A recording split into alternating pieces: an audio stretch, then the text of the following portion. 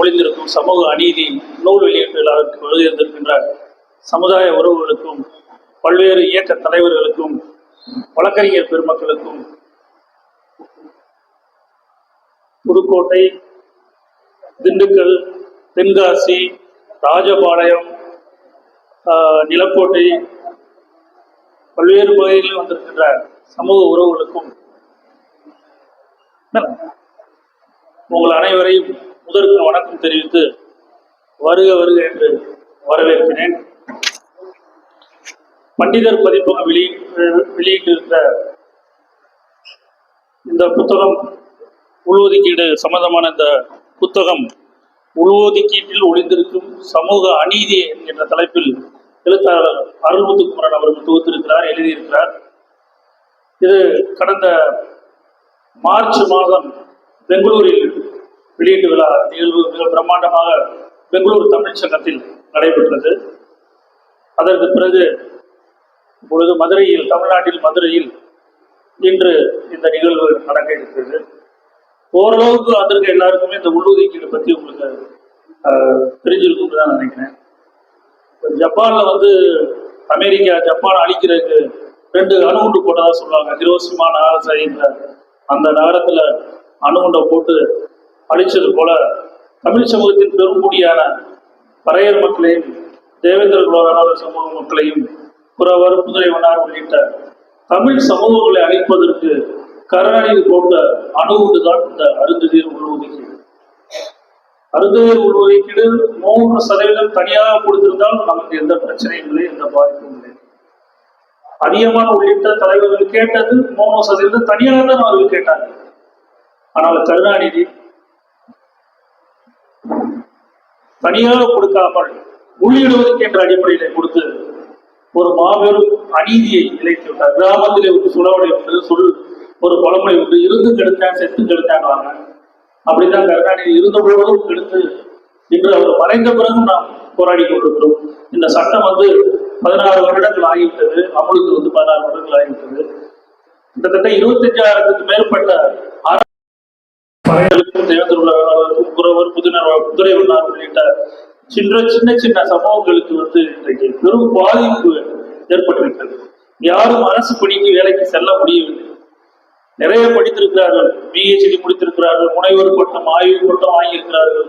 ஆனால் வேலை கிடைக்காமல், அரசு பணி கிடைக்காமல், அரசு கல்லூரியிலே பேராசிரியர் வேலை கிடைக்காமல், தனியார் கல்லூரிகளிலே, தனியார் பள்ளிகளிலே, தனியார் நிறுவனங்களிலே மிக மிக சொற்ப வருமானத்துக்கு ஒரு வேலை பார்க்கின்ற ஒரு சூழல் வந்திருக்கிறது. உண்மையிலே அநீதி என்றால் இதுதான் மிகப்பெரிய அநீதி. நீட்டுக்கு போராட்டம் பண்ணிட்டு இருக்காங்க. நீட்டை விட ஒரு கொடிய அநீதி இதுதான். ஒரு பெரும்பான்மை சமூகம் கன்னியாகுமரியிலிருந்து கும்மிடி பூண்டி முடிய பறையர்கள் இல்லாத மாவட்டமே கிடையாது. அனைத்து மாவட்டங்களிலும் இருக்கிற ஒரு சமூகம். ஆனால் அரசு வேலைக்கு போக முடியாதா? இது எப்படி சமூக நீதியாக முடியும்? இது எப்படி இந்த சமூகம் ஏற்றுக்கொள்கிறது? ஓட்டு வாங்குகிற பறையர்களிடம் ஓட்டு வாங்குகிற அரசியல் கட்சிகள், மற்ற கட்சிகள் இதை ஏன் பேச மறுக்கிறது? தலித் கட்சிகளே என்று அறியப்படுகிற நம் சகோதரர்கள் கட்சி நடத்துகிறார்களே, புரட்சி பாரத கட்சி, விடுதலை சிறுத்தை கட்சி, அவர்கள் ஏன் பேச மறுக்கிறார்கள்? சின்ன சின்ன இயக்கங்கள், தலித் இயக்கங்கள் என்று சொல்லக்கூடிய தலித் தலைவர்கள் இருக்கிறார்களே, பறையர் சமூகத்திலிருந்து இயக்கம் நடத்துகிற தலித் தலைவர்கள் ஏன் பேச மறுக்கிறார்கள்? ஆக பறையர்கள் படித்து விட்டு வேலை இல்லாமல் கூலி வேலை பார்த்து தனியார்களே பார்த்தால் போதுமா? இவன் ஒரு வேலை வீட்டுக்கு போய் இவன் குடும்பத்தை காப்பாற்ற வேண்டாமா? இது எந்த விதத்திலே நியாயம்? எல்லாருக்கும் பிரிச்சு கொடுங்க. அண்ணன் தம்பிக்கு சொத்தை பிரிக்கிறீங்க.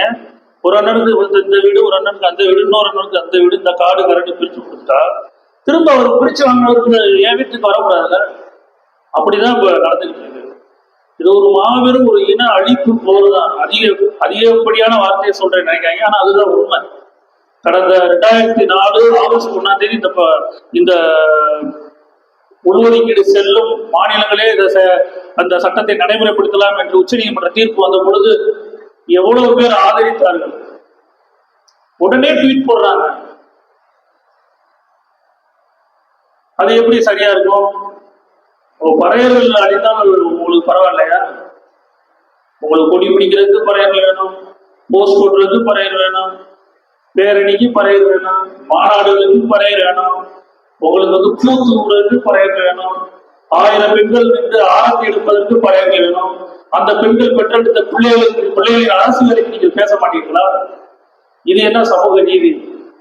இதுதான் நீங்க கட்டி காக்கிற அறவுணர்வா? அறத்தின் பக்கம் நிற்பதுதான், பாதிக்கப்பட்டவன் பக்கத்தில் நிற்பதுதான் அறம் என்று சொல்கிறீர்களே. நாங்கள் இப்ப பறையர்கள் பாதிக்கப்பட்டு இருக்கிறோம். என்றைக்கு நீங்கள் பேச போகிறீர்கள்?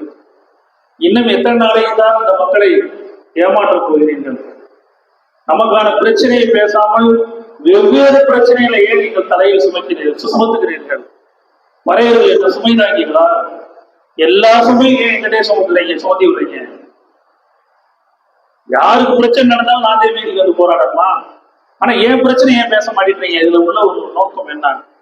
அப்ப கருணாநிதி போலயே எல்லாரும் சிந்தித்தால் இந்த சமூகம் ஒரு மாபெரும் ஒரு உதிரி சமூகமாக தான் ஆகுங்கிறது ஆயிடுச்சு.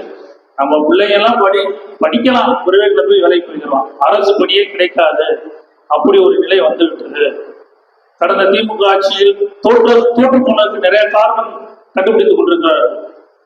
கம்யூனிஸ்டுகள் மற்ற கூட்டணி கட்சிகள் தோன்றதுக்கும் காரணங்கள் கண்டுபிடித்துக் கொண்டிருக்கிறார்கள். எடப்பாடி பழனிசாமி தோற்று போனதுக்கும் அவர் ஒரு ஆய்வு பண்ணிக்கிட்டு இருக்கிறார். திமுக தோற்று போனதுக்கு 2 காரணம், 3 காரணம். ஆம்ஸ்ட்ராங் என்ற படுகொலை, பறையர்களுக்கு இடஒதுக்கீடு இல்லாமல் செய்த அருந்தேர்வு ஒதுக்கீடு கொண்டு வந்தது, வேங்கவேல் நாங்குநேரி ஆம்ஸ்ட்ராங் படுகொலை. இந்த 3 தான். இடதுசாரிகளின் முயற்சிக்கு காரணமும் இந்த உள்ஒதுக்கீடு தான். அவங்க தேஞ்சுக்கிட்டே வர்றாங்க. அதே போலதான் எல்லா கட்சியுமே. விஜய் ஏன் விசிலுக்கு ஓட்டு போடுறாங்க? உங்களை ஏன் நிராகரிக்கிறாங்க? அதை பத்தி நீங்க யோசிக்க வேண்டாமா? நீங்க போன முறை ஜெயிச்சிருக்கீங்க, இந்த முறை 4 இடத்துல விஜய்கிட்ட தோத்துருக்கீங்க.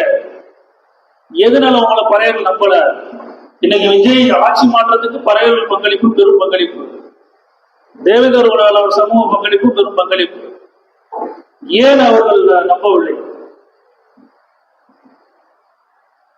பிஜேபி அரசு தேவேந்திர வேளாளர்களை பட்டியலிருந்து வெளியேற்றுவோம் என்று சொல்லி அந்த சமூகத்தையும் அவர்கள் ஏமாற்றி விட்டார்கள்.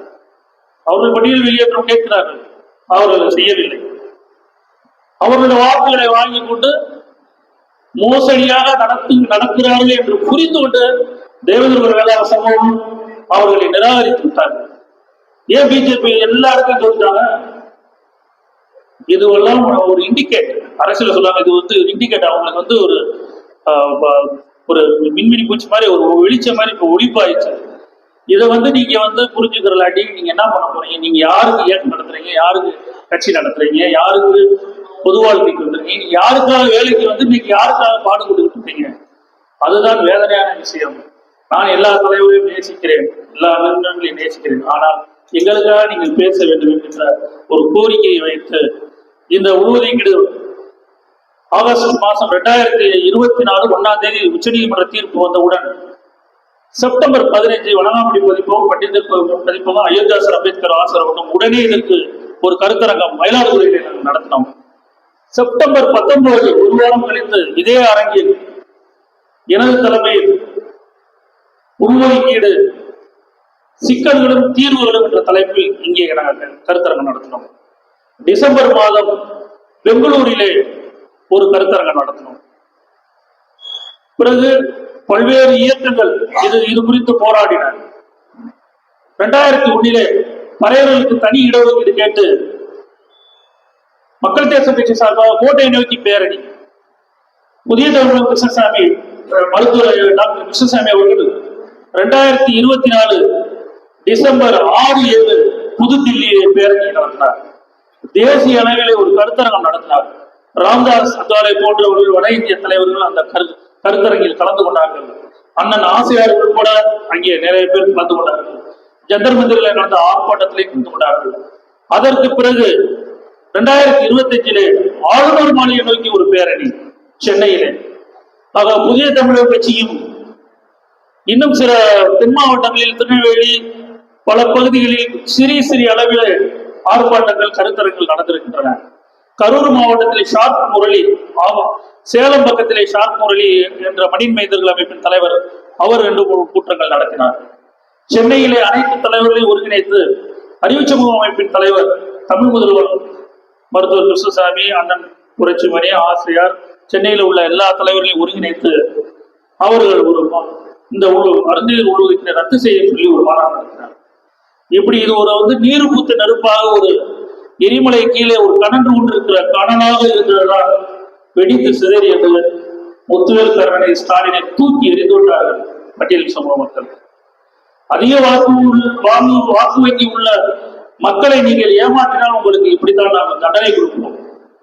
இது இன்றைய முதல்வர் மரியாதைக்குரிய திரு ஜோசப் விஜய் அவர்கள் இதை கவனத்தில் கொள்ள வேண்டும். இது ஒரு மிக முக்கியமான பிரச்சனை. இந்த பிரச்சனை என்பது எங்களுடைய சந்ததிகள் எதிர்காலம் குறித்த ஒரு பிரச்சனை. பெரும்பான்மை சமூகமான தேவேந்திர வேளாளர் சமூகமும் பறையர் சமூகமும் அரசு நிர்வாகத்திலிருந்து அப்புறப்படுத்தி விட்டார்கள். அதை இப்பொழுது ஆட்சியில் இருக்கிற மக்களின் வாக்குகளை வாங்கி வென்று வந்திருக்கிற திரு ஜோசப் விஜய் அவர்கள் இதை கவனத்தில் கொண்டு இதுக்கு பரிகாரம் தேட முயற்சி செய்ய வேண்டும். மு.க. ஸ்டாலினும் கருணாநிதியும் செய்த தவறை திரு ஜோசப் விஜய் செய்துவிடக்கூடாது. இதில் உள்ள சாதக பாடங்களை அறிந்து ஒவ்வொருத்தருக்கும் தனித்தனியாக இடஒதுக்கீடை பிரித்து கொடுத்து விடுங்கள். இப்பொழுது ஒரு ஆகஸ்ட் 1 ஜாதி வாரி கணக்கெடுப்பு நடத்தப்படுகிறது. தமிழ்நாட்டில் மத்திய அரசு சொல்லி நடத்த போறாங்க. அந்த கணக்கெடுப்பின்படி எந்தெந்த சமூகம் எவ்வளவு மக்கள் தொகை இருக்கிறது என்று தெரிந்துவிடும். அதன் அடிப்படையிலே பறையர் சமூகத்துக்கு, தேவேந்திர வேளாளர் சமூகத்துக்கு, புதுரைவனார் சமூகத்துக்கு, புலவர் சமூகத்துக்கு இன்னும் மீதம் 75% அருந்ததியர்களாக உள்ள அனைத்து சமூகத்துக்கும் உரிய பிரதிநிதித்துவம் அரசு வேலை வாய்ப்பிலும் கல்வியிலும் இடஒதுக்கீட்டிலும் தரும்படி நாங்கள் கேட்டுக்கொள்கிறோம். இந்த நூல் வெளியீட்டு விழாவின் சார்பாக நாங்கள் கேட்டுக்கொள்கிறோம். இது ஒரு மாபெரும் பிரச்சனை. இடதுசாரிகள் தேய்ந்து கொண்டே வருகிறார்கள். இன்னும் மற்ற கட்சிகளும் தேய்ந்து கொண்டே வருகிறார்கள். உங்களை பட்டியல் சமூக மக்கள் நிராகரிக்க தொடங்கிவிட்டார்கள் என்பதுதான் இந்த தேர்தல் முடிவு காட்டுகிறது. தஞ்சாவூரிலிருந்து திருப்பனந்தாளிலிருந்து அண்ணன் புரட்சிமணி அவர் வந்திருக்கிறார். அவருடைய தந்தையார் டி.எம். டி.எம். மணி மாபெரும் தலைவர். தமிழ் புலிதாகி போராட்டத்தின் அவர்தான் பிதாமகன். அவர் நின்று நடத்திய போராட்டம் அது. டெல்டா மாவட்டத்திலிருந்து வந்திருக்கிறார் சொல்கிறேன். டெல்டா மாவட்டங்களில் கம்யூனிஸ்ட் கட்சிகளை வளர்த்தது யார்? தேவேந்திர வேளாளரும் பறையர்கள் தான். சாணிப்பாலுக்கும் சவுக்கடிக்கும் எதிராக கூட்டம் போட்டு ஒவ்வொரு பௌர்ணமிக்கும் நிதி சேர்த்து கிராம கூட்டங்கள் நடத்தி செங்கோடி ஏந்தி கத்தி போஸ்ட் ஓட்டி அடி வாங்கி போலீஸ்ட பிடி வாங்கி சாதி வெறியர்கிட்ட படுகொலை செஞ்சு உங்கள் இடதுசாரிகளை வளர்த்த சமூகம் அல்லாத 2 சமூகமும் பறையர்களும் தேவேந்திர வேளாளர்களும். அந்த சமூகத்துக்கு இடதுசாரிகள் தீங்குகளை விளைக்கலாமா? தீங்கு செய்யலாமா? இடதுசாரிகளுக்கு இந்த விழாவின் வாயிலாக கேட்டுக்கொள்கிறேன். இது ஒரு மிக முக்கியமான பிரச்சனை. இந்த பிரச்சனையில் நீங்கள் ஒரு மனச்சான்றோடு நீங்கள் முடிவு எடுக்கவில்லை என்றால் பறையர்கள் பக்கமும் தேவேந்திர வேளாளர்கள் பக்கமும் உள்ள நியாயத்தை நீங்கள் புரிந்து கொள்ளவில்லை என்றால் இன்னமும் நீங்கள் உங்களை எங்களுடைய சமூக மக்கள் நிராகரிப்பார்கள். இந்த பிரச்சனையை லைவ்ல வச்சிருக்கிறது ஒரே ஒரு ஆளுங்க, பொது தலைவர்கள். உங்க எல்லாருக்கும் தெரியும், நம்ம பேசுறோம், எல்லாம் பேசுறாயிட்டு.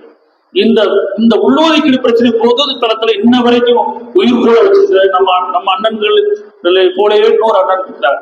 அவர் தான் நாம் தமிழர் கட்சி செந்தமிழன் சீமான். தொடர்ந்து அவர் எல்லா பரப்புரையிலும் இதை செய்கிறார், காமிக்கிறார், ஆவணங்களை காட்டுறார். இப்படி வேலை வாய்ப்பெல்லாம் போயிடுச்சு, பெருமண்ட தமிழ் சமூகத்தை இப்படி நிர்கதி ஆக்குறாங்க, இதுல சரி பண்ணணும் அப்படின்னு சொல்லி அவங்க தொடர்ந்து போராடி கொண்டே இருக்கு இயக்கம் நாம் தமிழர் கட்சி. இந்த வேளையில் நாம் தமிழர் கட்சி அண்ணன் சீமானுக்கும் நாம் தமிழர் கட்சி என்னுடைய நன்றிகளையும் வணக்கத்தையும் தெரிவித்துக் கொண்டு புத்தக வெளியீட்டு விழாவில் அடுத்தபடியாக புத்தக வெளியீட்டு விழா தொடங்க இருக்கிறது. நன்றி, வணக்கம்.